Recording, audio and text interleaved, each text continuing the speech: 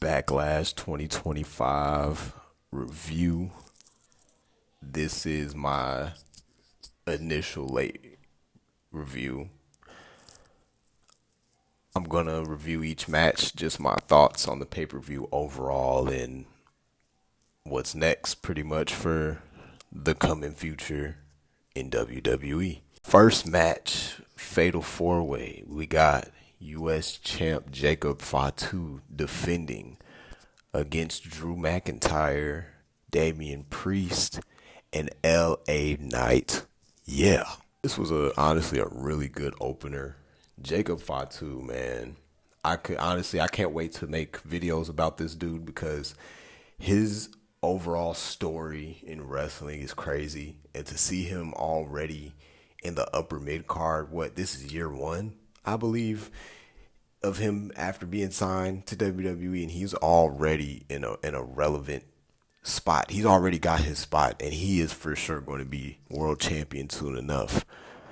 There were two overall stories in this match. One story being the continued rivalry of Damian Priest and Drew McIntyre, and the other story being Jacob Fatu and Solo Sikoa's struggle for power within the bloodline, or the remains of it. Drew and Damian Priest were fine in this match. They pretty much are I'm pretty sure the rivalry is gonna continue until Money in the Bank. They're either gonna have a qualifying match or they're gonna probably be in Money in the Bank together. But I do like their rivalry so far. I know a lot of people saying it's mid. I mean, it's for what it is. Their story pretty much started at WrestleMania 40 when Damian Priest cashed in on Drew. It's what set the effects of what happened to Drew within him and Punk's story and everything. So, it's pretty much just wrapping that story up. I really, really liked the spot, the South of Heaven choke slam spot between him and Drew. I thought that was really cool. Jacob Fatu was the MVP of this match, though, man. He was everywhere. The suicide dive into the swanton. I mean, this dude is he's south of 300 pounds. This man moving like a cruiserweight, and he's been doing that for years, bro. So it's really, really cool to see him in WWE doing his thing. Now, the big bullet point of this match is the finish with Jeff Cobb debuting in WWE. This was a genuine surprise to me, because I had read so many different things about his status, and I read one thing that he signed, and then I read another thing saying he retired. So it was just it was up there for me with him being in WWE, but it's really cool to see him in this spot. I believe he had a match on Friday, not too long ago. Well, this recently Friday against LA Knight. I didn't get a chance to see it, but man, the internet wrestling community in WWE sucks, bro. Y'all don't want to learn anything outside of World Wrestling Entertainment, and it's honestly sad. But overall, the finish was Jeff Cobb interfering, beating up LA Knight, and pretty much putting him on a silver platter for Jacob Fatu to hit his moonsault and retain the title. I gave this match 3 3/4 out of 5 stars. I thought it was a really solid opener. This was my match of the night as well. Jacob Fatu he hasn't had a bad match since he's been in WWE, and I don't think he will. Honestly, it's going to take him wrestling somebody really, really terrible for him to have a bad match, and I don't even think that would be a bad match.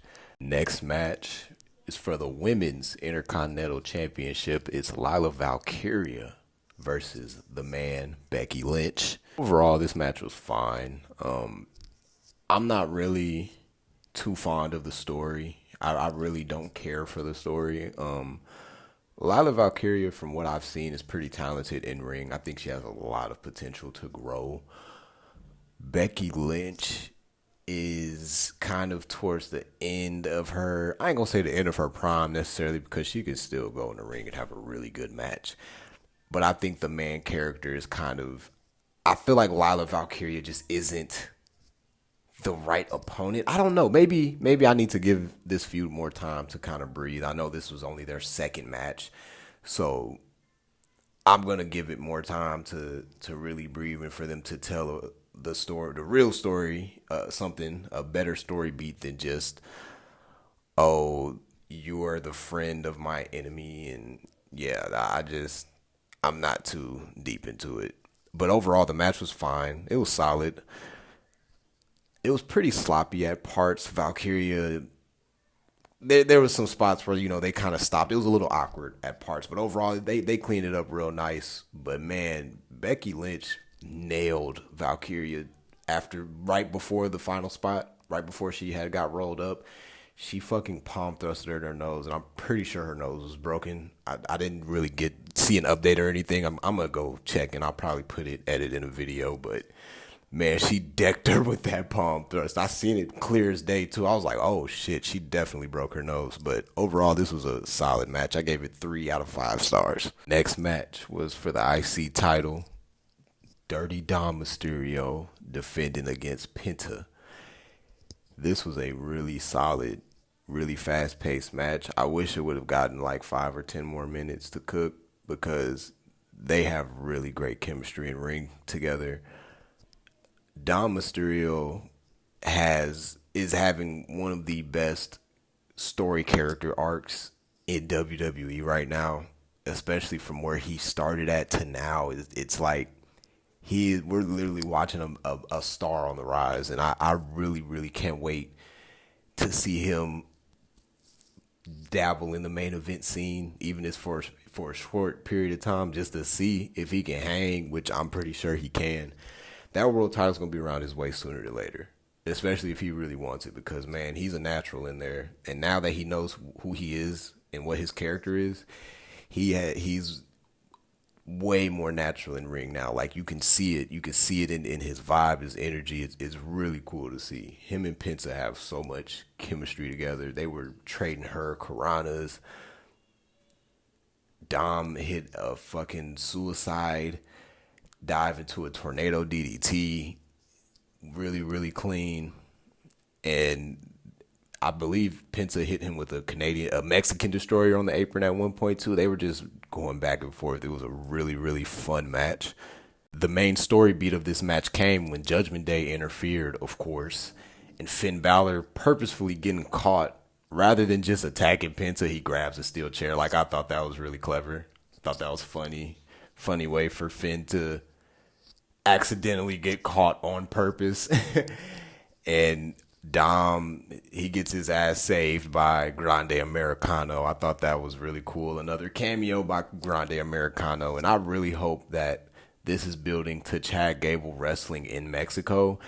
And then the Mexican wrestlers coming back. Like, just imagine Vikingo and all of these guys just jumping. Freaking Chad Gable. It's going to be so good to see. I really hope that's what they're building to. Overall, I gave this match 3.5 stars out of 5. This was a solid match, a solid first title defense for Dom. And I really hope that they handle his title reign with care, not just give him useless title matches. I really, really want them to build him into the main eventer that he honestly is going to become. Commentator Pat McAfee versus the Ring General Gunther.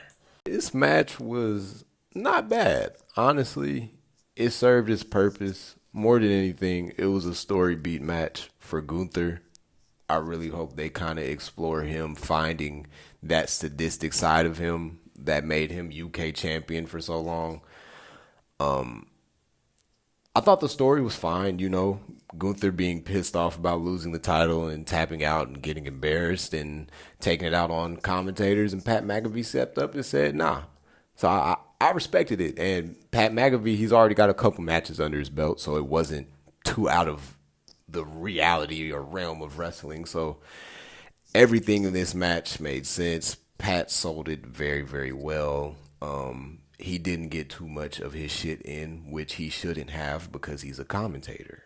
And not only is he a commentator, but he's wrestling against a former world heavyweight champion. So I'm glad that they kept that respectful. And And yeah, I know some people complained about his little Hulk up spot at the end, but I thought it was fine. I mean, it was fine. He showed fight and heart. That's what you're supposed to do in a match like that. It wasn't like he was fucking clotheslining and suplexing Gunther all over the place.